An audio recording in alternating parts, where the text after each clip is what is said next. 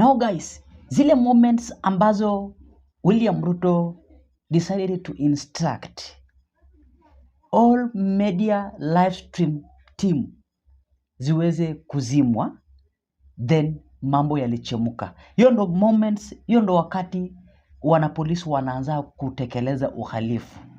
Hiyo ndo wakati wanapolisi wanaanzanga kutumia forces ili ku make sure they harm the Gen Zs.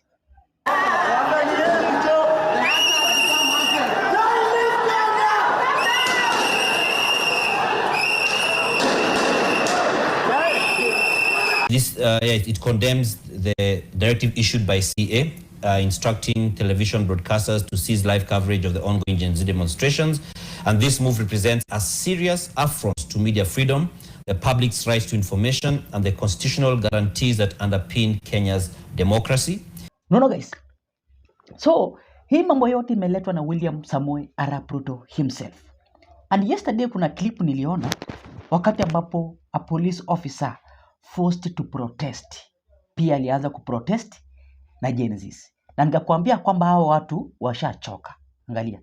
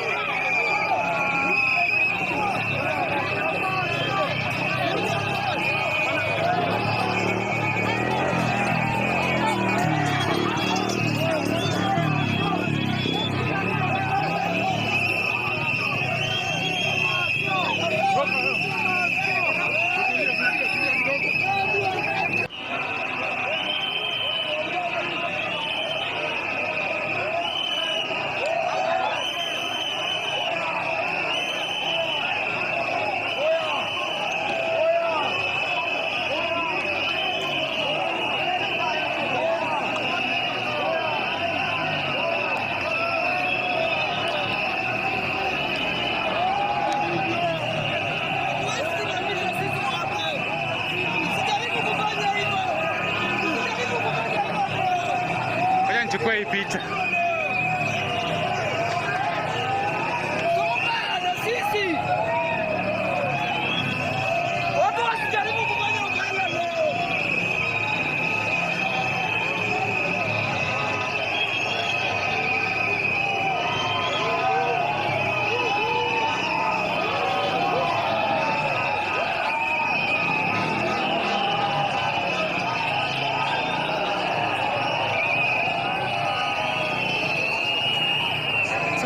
The police have been overpowered. Guys, ukiangalia hapo, so nataka uniambie iwapo goons wasakaja ungekuja ungefanyiwa nini?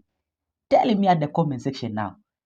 Because now yesterday kulikuwa kubaya. 25th of June kulikuwa kubaya. Kuliko even 25th of June last year 2024. No guys. So kuna information I want just to pass through. I want you just to pass through it.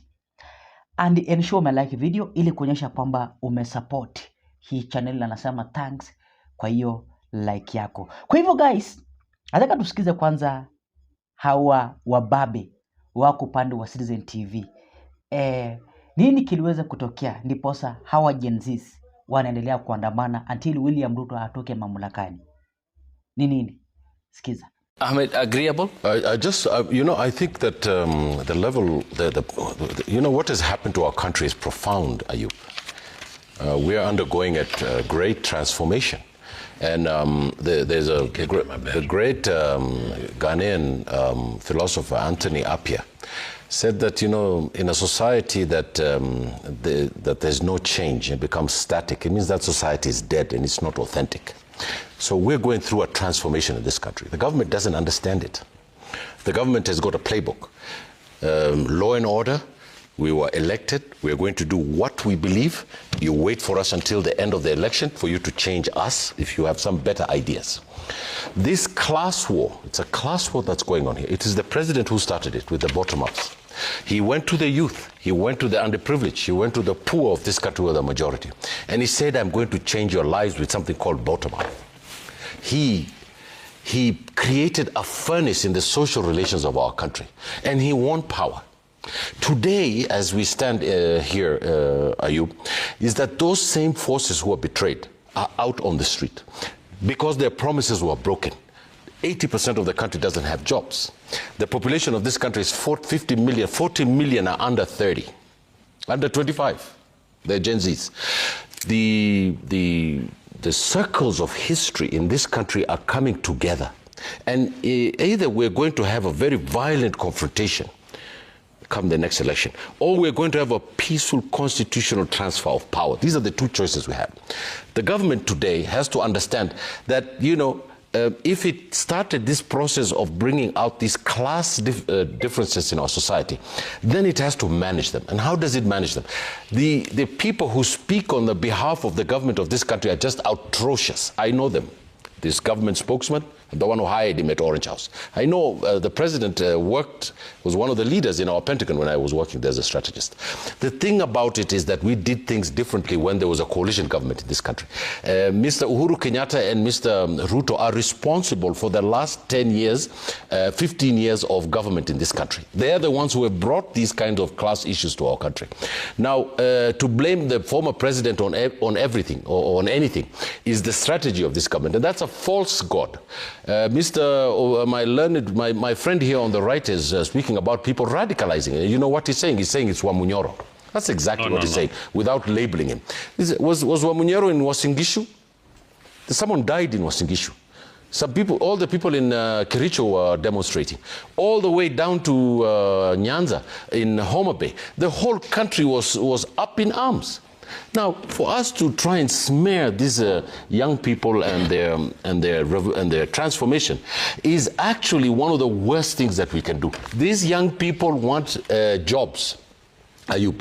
The second thing they want is jobs. The third thing they want is jobs. And this government has been unable to produce those jobs, and they're the ones who said they're going to produce jobs for this country for the underclass. The underclass is now up in arms. It's because it's Mr. Ruto who went and toiled down there and said this is what he's going to do. So we should not be given the law and order spiel by my friend on the right when we know that the political economy of this country is in a profound flux, and we ought to find a way in which we can get a stable society and a stable country that can transition to a next election where citizens can stand up and say, I am a leader and I can provide this for this country. And they have closed their Possession Road, the State House guards were making it a State House, meaning that the fear was real, but there are some few things to take home. One is that the holiday has taken place the way they wanted. You cannot even get a bottle of water in town. No one is selling nothing, no samosa, nothing. The second takeaway home is that there is a time Gen Zs were chasing the police literally, and we celebrated that. The third point, which is key, I want to give to the police this time, we do not have anybody who has been hit with a bullet. None that we know reported about. Maybe we could find cases, but so far so good. There are some injuries which we are not happy about because the Gen Zs never came here with any instrument to hurt anybody. They maintained non-violence until only they took stones for defense. Of course, that one happened at some point. And they took stones 3 hours into the Mandamano, which means that they were remaining peaceful. I like the fact that some of them were caning the people with Nyawinyo, which shows that I don't want to kill you, I just want to disperse you. The other thing which has happened is that the goons that were supposed to come, or the ones who tried coming, they found that we had the numbers, so they just either gave up or retired. So the people who paid them, please look for your money from those people. They must have lied to you. And lastly, which is key, we do not care what Ruto says because people are thinking or waiting for me to go and say, we won't wait for him to lie to us, no promise are we expecting. The day has been ours. We took control of the day. And I like the Kenyan spirit that is united, that gives hope that if we remain united, the chance around one term, half term, it means that for us we are done. We hung Ruto at 2:30 spiritually. So spiritually he's dead, he's just physically alive. And what is important if you don't have spiritual life? The soul is gone, only the physics. Let him stay in State House, because we can control this street until Ruto goes home. I want to say Ruto one thing. We will come back again. The street house, the street feeds State House. Once we control streets, Sakaja has collected nothing today. Of course, unfortunately, some people have not done business, but we cannot put life we cannot put life behind business.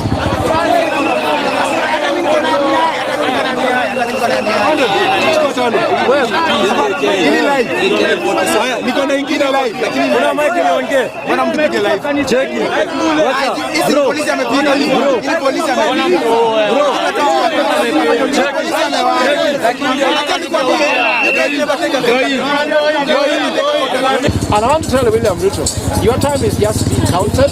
Half time is a reality. We just don't know when, how, but today we came too close to it, and we ask God to intervene so that at least next time we come here and finish it. No, don't give up, because the bright moment is coming. Of course, anybody shooting a Kenyan, not even rubber bullets, we don't want to hear about. Not even tear gas. But we want these people to respect human life. Let me tell you, Ruto is killing people because of finance. Hata ujenge. Instructing television broadcasters to cease live coverage of the ongoing Gen Z demonstrations. And this move represents a serious affront to media freedom, the public's right to information, and the constitutional guarantees that underpin Kenya's democracy. Live broadcasting is a legitimate journalistic practice that allows citizens to witness events as they unfold, fostering transparency and enabling accountability. By attempting to silence live coverage, the CA undermines not only the independence of the media, but also the democratic right of Kenyans, especially young people, to express themselves and to be heard. So the African Editors Forum says it is particularly concerned that this directive comes at a time when trust between citizens and institutions is strained. In an age of synthetic reality, deepfakes, and digitally manipulated narratives, a news blackout is dangerously counterproductive. When mainstream media is gagged, misinformation and conspiracy theories thrive. Authorities must not create conditions that hamper information integrity by driving citizens to rely solely on unverified and often misleading sources of information.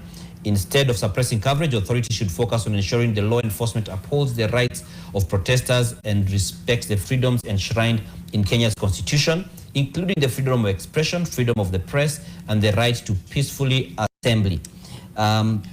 They also say that they stand in solidarity with Kenyan journalists and media houses committed to telling the story of this pivotal moment with professionalism, accuracy, and courage. And they urge the CA to immediately rescind this directive and reaffirm its commitment to media independence and constitutional order, and calls on all regulatory authority agencies to act within the confines of the law, uphold international standards on freedom of expression, and engage constructively with the media sector rather than resorting to censorship.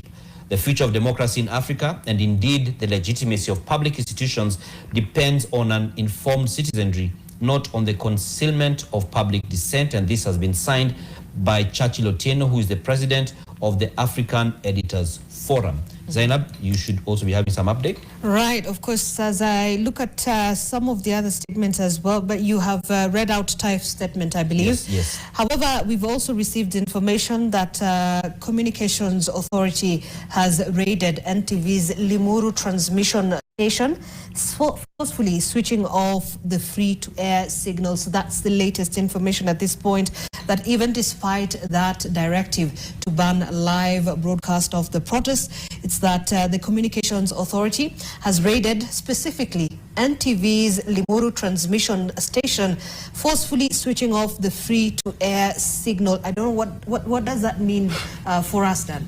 It means that some of our signal is not available on some platforms, on some set-top boxes. But as we have been saying, we are still available online on our social media platforms, on YouTube, X, Facebook, name it. We are still available there.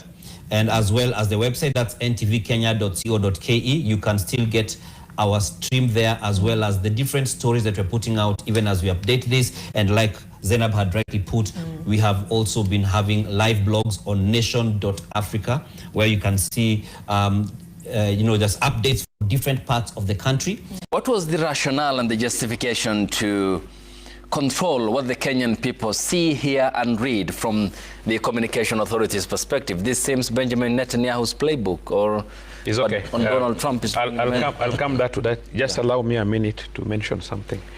My brother Okeo had said that if government was keen to have peace, they would have called a meeting with the 5 families. I want to confirm to you that last week, as a communication center, we reached out to the National Police Service, and the Inspector General gave us his 2 officers, the Director of Operations and the spokesperson. And we had a meeting where we agreed that they should have a meeting with the 5 families. And true, on Saturday, they had a meeting with the 5 families for the planning, and they were again to have another meeting on Tuesday, but I think somebody got in between and they did not come, because we thought that it is important that we plan the procession so that they get police escort and they achieve where they were supposed to go to. So I think that was done, but as usual, people have various interests in some of these things. You can be sitting here in good faith, but you may not know what your neighbor is planning. Now, Communications Authority. I don't want to justify the switching off of some TV stations. But what I want to say is that what happened yesterday was a security matter, and I want to be sure, just as a hypothesis, that Mr. Mugonyi could not have done anything without advice of the National Security Committee, because I agree. I want to believe that they could have looked at the escalation of the violence, and the first thing as a government is to protect loss of lives. So if something goes out of control, and maybe individuals, many people are now coming down to town. I think you saw even up to last evening, even the interchange after Lenana School to Karen was totally closed. Even as late as 9, they were still burning tires on the road. And a situation may arise where the National Security Committee is of the opinion, because what they said is stop live how do you call it? Live broadcast. Streaming, live streaming. Yeah. So that, but they did not ask that we totally stop broadcasting, but it was live streaming, maybe to manage the escalation of the skirmishes which had come. Because we had graduated from a peaceful procession to a riot, whether it was caused by the police or another person, but at that time when the Communications Authority was requesting or asking the stations to stop live streaming, we had now graduated from peaceful procession to riots. And tires were burning and people were looting, and a lot of people were fighting with the police, and the police were fighting with the people. And I want to believe in good faith that somebody was trying to stop escalation. So if Bwana Mugonyi ever gave that instruction, I want to believe that he gave it out of an agreed responsibility by government and most of the National Security Committee. I don't know, it's just a hypothesis. I would not want a situation where I may be accused for saying something, but in normal practice, Mugonyi would not just wake up. It's a very sensitive matter to stop broadcasting or live broadcasting.